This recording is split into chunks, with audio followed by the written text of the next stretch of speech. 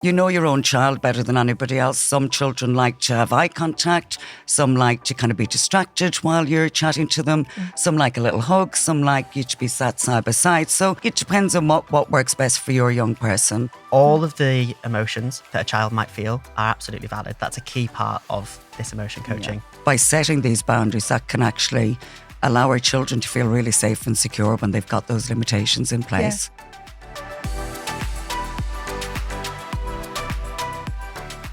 On this episode of SENsational, I'm joined by Bairbre Anderson, therapist, and Callum Stein, assistant psychologist from our group, to discuss how emotion coaching can support your child.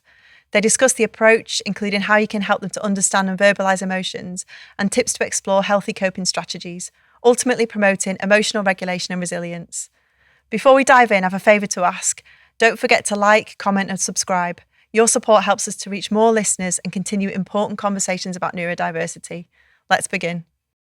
I have the absolute pleasure of working with Callum and Bairbre in one of the schools where I work for Witherslack group. And on a daily basis, we're using emotion coaching with the children that we work with.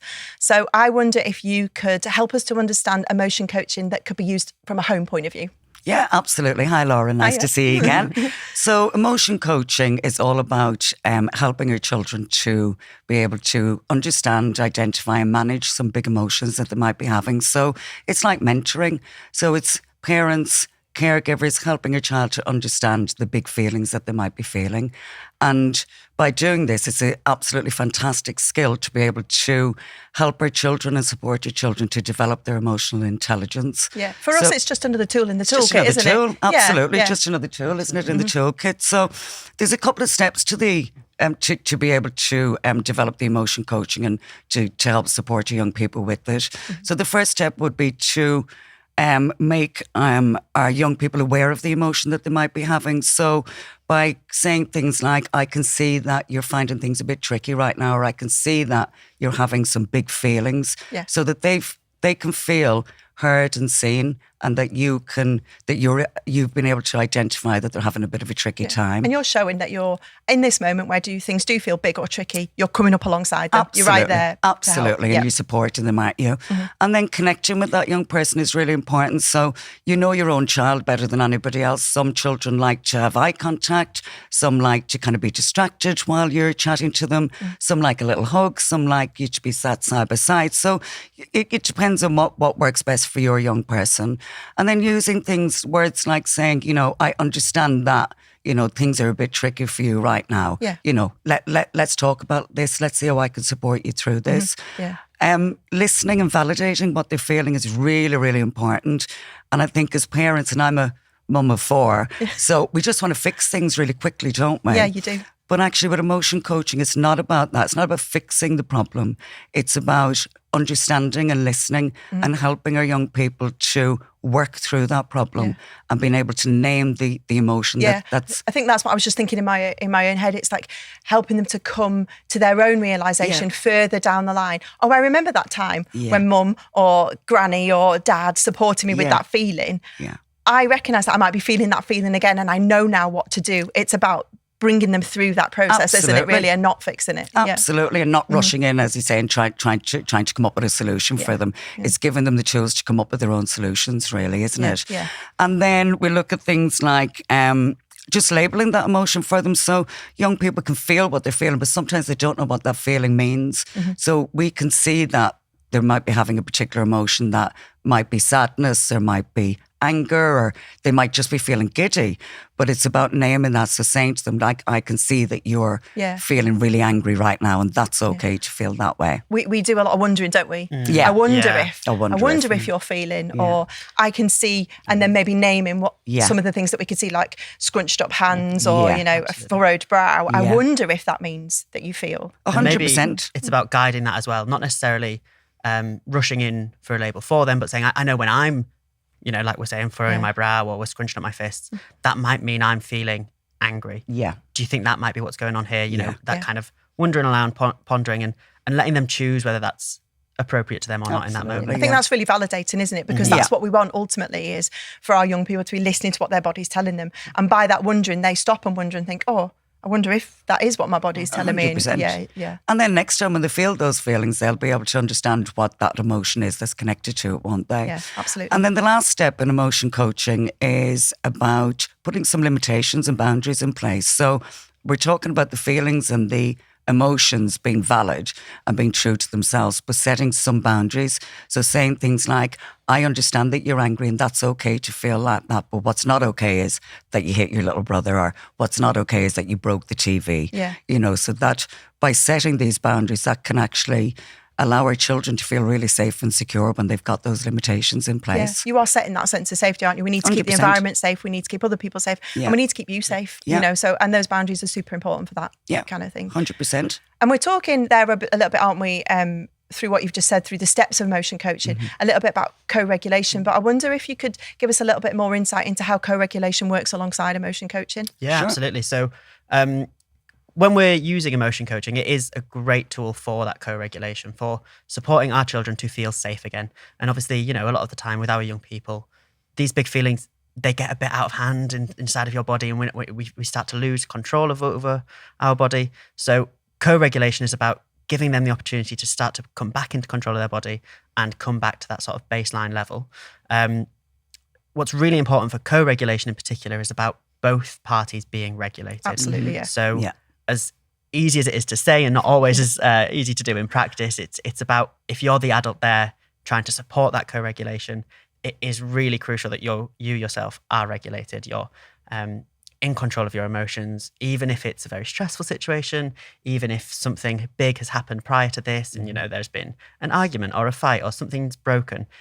We need to take that small step, give ourselves a bit of a breather, and be ready to support our young person in that moment. Yeah. So it's as the saying goes, isn't it? Take care of your own oxygen mask first before somebody else's. So make sure that you're grounded so that you're able to be there for that person in that moment in time. Absolutely. Our young people feed off of the energy we give out. If we go in to co-regulate with a child and we ourselves aren't in control, if we are, stressed, angry, upset, they will feed off that, and that could potentially make things more distressing for them. So it's absolutely crucial that we are ourselves regulated.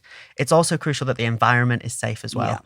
If we're in a space that maybe they're uncomfortable, it's a new surroundings, maybe we could take them to somewhere a little bit safer, a little bit more familiar if they're able to in that moment.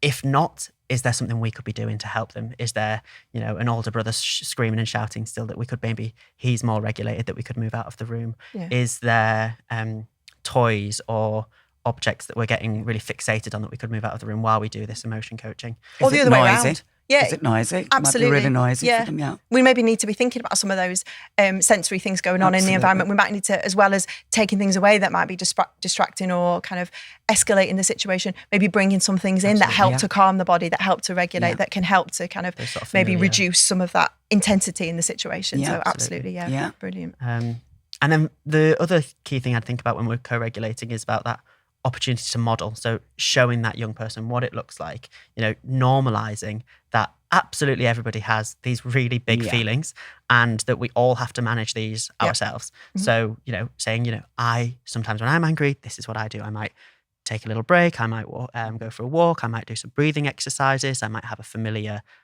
activity or object that I will use. That's how I'm helping myself manage my emotions. I'm wondering what we could be doing to manage your emotions in this, and wonder how we could be making this more proactive, more supportive for you. Yeah. And I think what's really good that I've noticed in work and in real life is when you have a big emotion yourself, if your young people are around, kind of naming that and showing them how you've regulated yourself. Be that you've got a little bit cross with somebody in the car on the way to the supermarket, and it's like, I had to take a bit of a deep breath there when that person came up too quickly behind me, or, just those little moments can help add a little bit of a thought into their mind about, that's maybe something that I can be, kind of thinking about in the future. So, and it's showing them that we all have feelings. Exactly. We all have these feelings, and it's how we manage those feelings. Brilliant. Yeah. I wonder if we could just take a moment to answer one of the parent questions that's coming to us. Yeah. Do you have any tips for emotion coaching in stressful or public situations? In my experience, the techniques are much more manageable to apply in a contained or safe environment, but anywhere new or unfamiliar, the child becomes disengaged. Yeah, do you want me to take this? Yeah. Yeah, so there's a couple of things I think that you can do when you know you're going out to someplace new. And I think a lot of it is about preempting and pre-coaching and pre-planning with your children. So making sure that they're aware of some of the strategies that maybe that you've used beforehand that's worked within the home. So looking at the 5 steps we spoke about earlier in your emotion coaching stages. So talking about the feelings, talking about, what potentially it might feel like, how they've managed those feelings in the past, if they're going to be able to manage them again. Yeah. So looking at those type of strategies. So that's kind of your pre-coaching stage. And I think some parents might feel a little bit worried about doing that because it's almost preempting a situation that may or may not occur. But actually, it has been proven that it's really good to plan with your child and make sure that you've got some of these things in place. And then planning can work really well. So maybe, looking on the iPad or your technology the night or a couple of days beforehand, looking at the place that you're going, maybe mapping it out, look at landmarks en route if you're driving or in a bus so that you can tick them off so that the child is aware of, each stage that you're going Distraction through. as well. Distraction is brilliant. Maybe taking a transitional object that's a comfort to them. It could be a comfort blanket or a toy that they really like. And maybe having a safe word between you that if the child is becoming a bit overwhelmed and if you're a little bit distracted, that they can say a particular word or phrase and you know that they need some time with you on their own, and having a place that you can go to. It might be outside the front of the building.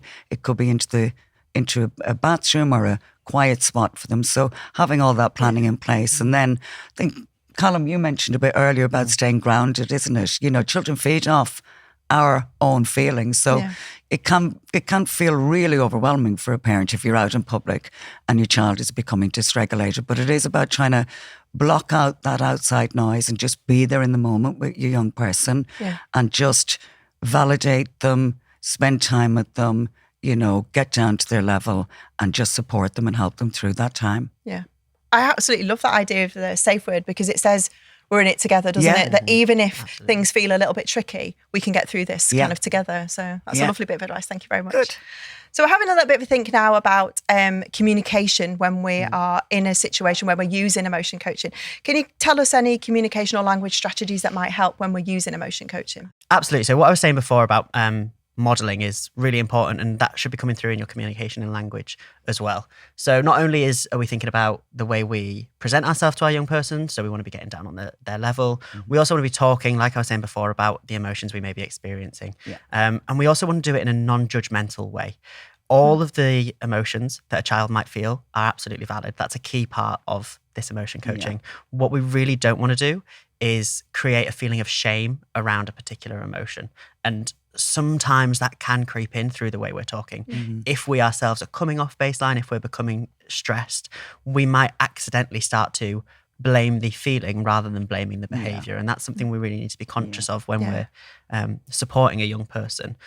So we really want to make sure we're validating those emotions. So, I can see that you're angry and that is okay. All feelings are welcome. Yeah. And that's really tricky when they're big feelings and they're, feelings where the situation might start to feel a little bit wobbly. And we talked earlier a little bit about safety, but it is that important that all feelings are welcome because we all experience them every day. And so, 100%. Super important. The other thing that's really important when we are supporting a child with their emotions is that, again, along the same line of not creating a sense of shame, when you're emotion coaching, now is not necessarily the time to correct that child's perception of what's happened. When we're talking about listening to that child, we're actively listening. We're saying we're hearing what they're saying, and we're saying, okay, I understand what you're saying. I hear that you feel that someone has targeted you or that someone's done something unfair, even if, as a parent, you're feeling that's actually not true. It's that child is still feeling that. And if they've said that they're feeling that, we have to validate that and we have to accept that. Now is not the time to say, nope, that's not what happened. We want to say, okay, I understand. When we're back at baseline, we could maybe try and adjust that child's understanding of that situation to help us next time. But now's not the time for us to be tackling those sort of arguments mid emotion coaching. Absolutely, yeah. So moving on, I'm wondering, how can you use emotion coaching to support emotional dysregulation or prevent emotional dysregulation at home? So I mean, the key here is that, especially for parents, caregivers, you are the people that know your children best. Yeah. And emotion coaching is a majority talk-based support and intervention. Mm-hmm. When we're emotionally dysregulated, talking is very, very difficult. Listening is very, very difficult. Mm-hmm. So we do want to get in there early. Mm-hmm. We want to use emotion coaching before our child reaches that sort of crisis, emotional dysregulation point.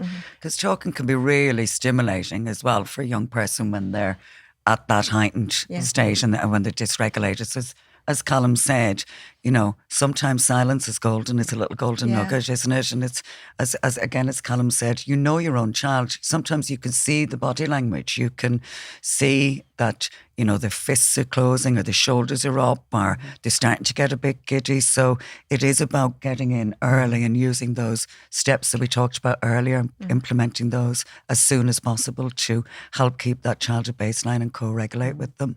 Or you could preempt as well. Yeah. We don't need to wait for a child to show us the signs that they're feeling a big emotion to have those sort of check-ins. We could always use emotion coaching in a sort of minor way to check in with them.